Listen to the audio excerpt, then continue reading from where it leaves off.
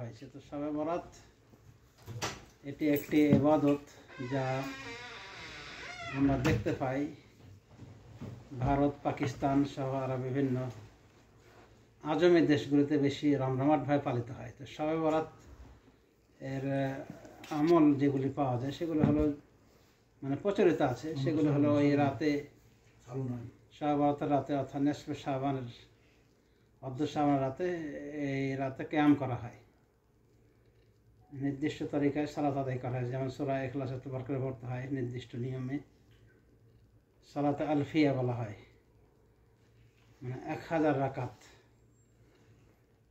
বিভিন্ন সংখ্যা বলা হয়েছে। এক কথায় এই রাতে কোনো সালাত নাই, মানে আলাদা এই রাতকে কেন্দ্র করে অনুরূপভাবে এর পরের দিন যে রোজার আয়োজন করা সেটারও কোনো ভিত্তি নাই, সঠিক কোনো ভিত্তি নাই।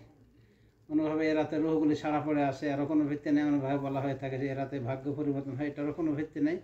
এক কথাটা ভিত্তিহীন ইবাদত এবং জয়ীফ জাল হাদিস ছাড়া এর কোনো পুঁজি নাই। এই জন্যই আরব দেশগুলি, বিশেষ করে আমাদের দেশ ভারত, পাকিস্তান সহ আরও বিভিন্ন এশিয়া মহাদেশে পালিত হয়। আরব দেশগুলি যেমন মিডল ইস্ট কান্ট্রিতে এরা জানেই না কবে শবে বরাত আসে আর কবে যায়। আসলে শবে বরাতে এটা মূলত কোনো অনুষ্ঠানই নয়, মানে আরবি শব্দ শবে বরাত বলে কোনো শব্দ পাওয়া যায় না আরবিতে। সব হলো ফার্সি, আর বরাত থেকে এটাকে ফার্সিতে বলা হয়ে থাকে বা অন্য ভাষা বলতে মানে কপাল, ভাগ্যের রজনী। তো এইভাবে ভাগ্য রজনী নামে কোনো সালাত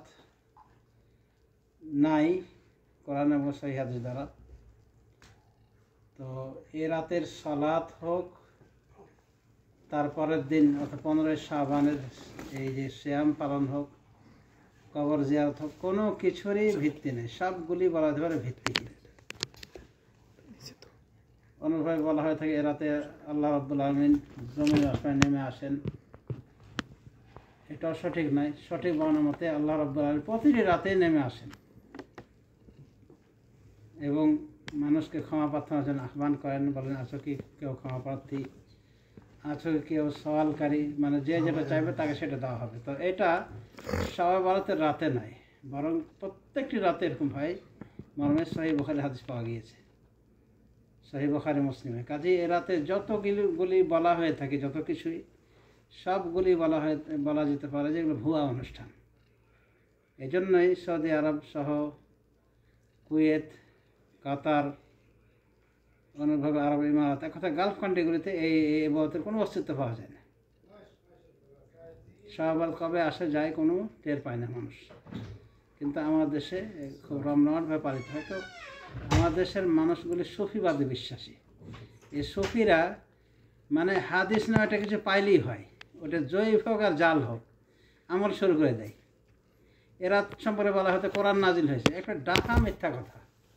কোরআন এরাতে কেন নাজিল হবে? আল্লাহ কি বলছেন? ইন্না আনজালনাহু ফি লাইলাতুল কদর, আমি এই কোরআনকে নাজিল করেছি লাইলাতুল কদর। লাইলাতুল কদর কি শাবানে না রমাদানে? সে কথাটা তো আল্লাহ স্পষ্ট করে বলে দিয়েছেন, শাহরু রমাদান আল্লাযী উনজিলা ফিহিল কোরআন, রমাদান মাস সেই মাস যাতে কোরআনকে নাজিল করা হয়েছে। তাহলে কোরআন নাজিল হয়েছে রমাদানে, আর সূরা কদরে বললেন কি আল্লাহ যে আমি কোরআনকে নাজিল করেছি লাইলাতুল কদর, তার মানে রমাদানের লাইলাতুল কদরে নাজিল হয়েছে। আর এই সমস্ত সুফিবাদের লোকগুলি বলে থাকে যে শবে বরাতের রাতে কোরআন নাজিল হয়েছে। তো যা হোক, শবে বরাতের সময় যতগুলি কহিত শবে বরাতের সময় যতগুলি বলা হয়ে থাকে এবং আমল করা হয় সবগুলি ভুয়া, first to last, A to Z. Sheikh bin Baz বলছেন যে এই সালাতের কোনো ভিত্তি নাই, এই রাতের কোনো ফজিলতই নাই, লা সালা ওয়ালা সিয়াম ওয়ালা আইয়্যা, কোনো কিছু নেই, সবগুলি বিদআত। এইভাবে ওনারা বলেছেন। শবে বরাত বিষয়ে, নেসফে শাবানের রাত বিষয়ে একটি মাত্র হাদিস এসেছে, যে হাদিসটিতে বিতর্ক হয়েছে আলেমদের ভিতরে, স্বয়ং মহাদ্দেশদের ভিতরে। কেউ জয়ী বলেছে, কেউ জালা বলেছেন, মধ্যখানে কেউ এটাকে বিশুদ্ধ বলার দিকেও গিয়েছেন। যেমন শেখ আলবানী, একজন ভুবন যারা হাদিস বিশারদ, উনি বলছেন যে হাদিসটি বিশুদ্ধ। ইমাম ইবনে হিব্বান বলছেন হাদিসটি বিশুদ্ধ। আরও অনেকে হাদিসটিকে বিশুদ্ধ বলেছেন। সেই বিশুদ্ধ হাদিসের ভাষ্য কি সেখানে বলা হয়েছে, ইন্নাল্লাহা লা ইয়াত্তালিউ আলা লাইলাতিন নিসফি মিন শাবান ফায়াগফিরু লিজামিই খালকিহি ইল্লা লিল মুশরিকিন ওয়া মুশাহিন। আল্লাহ রাব্বুল আলামিন নিসফে শাবান রাতে তিনি পৃথিবীর দিকে কি করেন, দেখেন, ওকে মারেন, ফায়াগফির লিজামিই খালকি, এরপরে তার সৃষ্টির সমস্ত ব্যক্তিকে ক্ষমা করে দেন, একমাত্র মুশরিক এবং হিংসুককে নয়। মানে মুশরিক আর হিংসুক ছাড়া সবাইকে আল্লাহ ক্ষমা করে দেন। এই একটি মাত্র হাদিস পাওয়া গেছে, যে হাদিসটিকে কিছু ওলামায়ে কেরাম বিশুদ্ধ করেছেন, যেমন বললাম শেখ আলবানী বিশুদ্ধ করেছেন, সিলসিলা সহিহে উল্লেখ করেছেন। তো এই হাদিসটাকে আমরা সহিহ মেনে নিল, এই সহিহ হাদিসে কিন্তু কোনো আমল আসেনি। তার মানে বিগত আমলের পুরস্কার, বিগত আমলের উপর পুরস্কার দেওয়া হয়ে রাখতে যে আল্লাহ ক্ষমা করে দেবেন। তারপরও ক্ষমা করবেন দুই শ্রেণীর মানুষকে, মাজার পূজারী মুশরিক, সে মাজার পূজা করে মুশরিক হোক আর যে করে হোক, মুশরিককে আল্লাহ ক্ষমা করবে না। আর একটা শ্রেণী হলো হিংসুক। কিন্তু এখানে কোনো আমল বলেন, হ্যাঁ আমল বলতে আমরা বলতে পারি অন্তরের আমল, অন্তরের আমল। অন্তরকে পাক পরিশুদ্ধ করে রাখতে হবে শিরিক থেকে, শিরকি বিশ্বাস থেকে, শিরকি আমল থেকে, শিরকি কথা থেকে পবিত্র রাখতে হবে নিজেকে, আর হিংসা করা থেকে। তাহলে এই দুটি অপরাধ আমরা বুঝতে পারলাম যে এই দুই অপরাধের অপরাধীকে আল্লাহ ক্ষমা করেন না, বাকি সময় সবাইকে ক্ষমা করে দেন। এই রাতের এটি বোনাস বলা হয়েছে। এতটুকুকে বলা যেতে পারে যে বিশুদ্ধভাবে প্রমাণিত, তাও এটা এই হাদিসের শুদ্ধতা বিতর্কিত। যেমন শেখ বিন বাজের কথাই বললাম, উনি বলছেন না এরাতে কিছু নাই, কোনো ফজিলত নেই, এরাতে কোনো সালাতও নাই, কেয়ামও নাই, সকালে যে রোজা রাখার পরের দিন সেটাও নাই, কোনো ভিত্তি নাই, এভাবে বলেছেন শেখ বিন বাজ। এবং তার বহু আগে বলে গেছেন শেখুল ইসলাম ইবনে তাইমিয়া। উনি একটু নরম ছিলেন এসব এই রাতের বিষয়ে, একটু নরম ছিলেন এবং এ রাতের অস্তিত্বকে স্বীকার করেছেন। আর ও একই কথা দেখে গিয়েছেন যে এ রাতে সবাইকে ক্ষমা করা হয়, শুধুমাত্র মুশরিক হিংসুকে ক্ষমা করা হয় না। তো যা হোক, যতটুকু বলা যেতে পারে প্রমাণিত হয়েছে কিছু কিছু ওলামায়ে কেরামের নিকটে, মুহাদ্দিসের নিকটে, ততটুকু হলো এই হাদিস যে আল্লাহ এ রাতে বিশ্ববাসীর দিকে তাকান এবং সবাইকে ক্ষমা করে দেন, মুশরিক আর হিংসুবাদ। বাস, এখানে কোনো আমল আসেনি। এত রাকাত নামাজ পড়তে হবে, পরের দিন রোজা রাখতে হবে, এগুলো কোনো কিছু বর্ণিত হয়নি। তো এই রাত কেন্দ্র করে এজন্যই আরব দেশের মানুষ কোনো কিছুই করে না আলাদাভাবে। এই জন্য এই রাতকে কেন্দ্র করে আলাদা রোজা রাখা, পরের মানে রাতের ক্যাম করা, পরের দিন রোজা রাখা, এগুলো বলাতে পারে অশুদ্ধ আমল, অপ্রমাণিত আমল। সুতরাং এগুলো বাদ দিয়ে আমরা এ রাতকে অন্যান্য রাতের মতোই আমরা রাত গণ্য করব, এক্সট্রার কোনো আমল করতে যাব না এই রাতকে কেন্দ্র করে। সুতরাং আমাদের দেশে যেটা হয়, এই রাতে ওই আয়োজনের হিড়িক পড়ে যায়, হাল্লাউটি পাকানো হয়, আর সেখানেও বিশ্বাস বিরাজ করছে যে রাসূল সাল্লাল্লাহু আলাইহি ওয়াসাল্লাম দাঁত শহীদ হয়েছিল। কেন হয়েছিল? উহুদ যুদ্ধে ওনার দাঁত শহীদ হয়েছিল।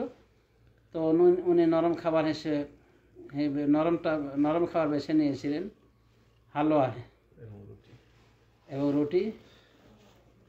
তাই এ রাতে আমাদের বেদাতি ভাইরা মানে তারা হালুয়া রুটি খান। কিন্তু কথাই বলে যে বিল্লি সখ্ত জমিন মে নেই হারতি, বিড়াল শক্ত জমিনে পায়খানা করে না, ওই নরম জায়গা খুঁজে। তো এই বেদাতি ভাইরা মানে খুঁজে খুঁজে এমন একটা মানে যুক্তি বের করেছে যে হালুয়া খাওয়ার মানে এটাই যে কতটুকু প্রমাণিত আল্লাহ আলম, কোনো প্রমাণ ভিত্তি নাই। হালুয়া রুটি যে বেছে খেয়েছিলেন, তো যদি খেয়েও থাকে, এই কোন যুদ্ধে রাসূল দাঁত হারিয়েছিলেন, দাঁত শহীদ হয়েছিল উহুদ যুদ্ধে। উহুদ যুদ্ধ শাওয়াল মাসের 13 তারিখে হয়েছিল, ইমাম বাইহাকি বলছেন। আর আমাদের বেদাতি সাহেবদের দাঁত ব্যথা শুরু হয়ে যায় কি আগে, অ্যাডভান্স 2 মাস আগেই শুরু হয়ে গেছে। শাবান না, শাবানের পরে তো রমজান, রমজান শাওয়াল। কিন্তু তাড়াতাড়ি করে মানে হালুয়াটি খাওয়ার জন্য মানে এ রাতকে বেছে নিয়েছে। তো এভাবে সবগুলি বলা যেতে পারে ভিত্তিহীন এবং কল্পিত জিনিস। তো এই জন্য এই শবে বরাতের আমল পাওয়া যায় না আরব বিশ্বে। কিন্তু আরব দেশগুলিতে বুঝতেই পারছেন কতটা সরগরমের সাথে পালন করে, এবং যে যত বেদাতি সে তত গরম এ রাতে, এবং যে যত বেনামাজি সে তত কি তৎপর। মানে নামাজ এমন বিশ্বাস বিরাজ করছে যে এ রাতে বাস নামাজ পড়লেই, নফল কয়েক রাকাত নামাজ পড়লে সারা জীবনে গুনাহ মাফ হয়, আরও কিছু এক্সট্রা থেকে যাবে। তো যাই হোক, গোসল করলে এ রাতে এত গুনাহ মাফ হয়, এক কথা সবগুলি ফার্স্ট টু লাস্ট জালিয়াত। তো একটা জালিয়াত মানে বিশ্বাসের ওপরে এই রাতের এগুলি আমল প্রতিষ্ঠিত হয়েছে। তো আমাদের এগুলো কোনো প্রয়োজন নাই। আর বললাম যে এই শবে বরাত বিষয়ে যতটুকু প্রমাণিত হয়েছে কিছু কিছু ওলামায়ে কেরামের, সেটি হলো এই হাদিস যে এ রাতে সবাইকে ক্ষমা করেন, একমাত্র মুশরিক আর হিংসুকে ক্ষমা করেন। তা মাজার পূজা করতে মুশরিকই থেকে যায়। বেদাতি হওয়ার পর যদি মাজার পূজারি হয় তাহলে লাভ কি? ওই এরাতে ও ক্ষমা পাবে না। আপনি শুয়ে থেকে ক্ষমা পেতে পারেন, ওর ক্ষমা নাই, কারণ ওর মাজার পূজার বিশ্বাস। সুতরাং বিশ্বাসকে পরিষ্কার করতে হবে। আর একটা হলো হিংসা। হিংসা বিদ্বেষ থেকে দূরে থাকতে হবে। ইনশাআল্লাহ এমনি এই পুরস্কার লাভে ধন্য হওয়া যাবে। এরকম অফার পাওয়া যায় বৃহস্পতি সোমবার রাতের ক্ষেত্রে। তো আমরা কই সেটাকে তো বেশি জঞ্জাটভাবে পালন করি না শবে বরাতের মতো। এই জন্য ডক্টর আব্দুল জাহাঙ্গীর একটা সুন্দর কথা বলেছিলেন যে আমাদের জীবনটাকে পুরোটাই শবে বরাত করে দেওয়া হোক, মানে এইভাবে অ্যাক্টিভিটির সাথে ইবাদত করা হোক। শুধু কেন একটা রাতকে বেছে নেওয়া হবে? এগুলো বেদাতি হওয়ার লক্ষণ। যে শবে বরাতে ওই রাতকে, যার প্রমাণই না পাওয়া যাচ্ছে না ওই রাতে খাস করে ইবাদত করার বা তারপর রোজা রাখার সঠিক মজবুত কোনো ভিত্তি নেই, সেখানে কি সরগরমি।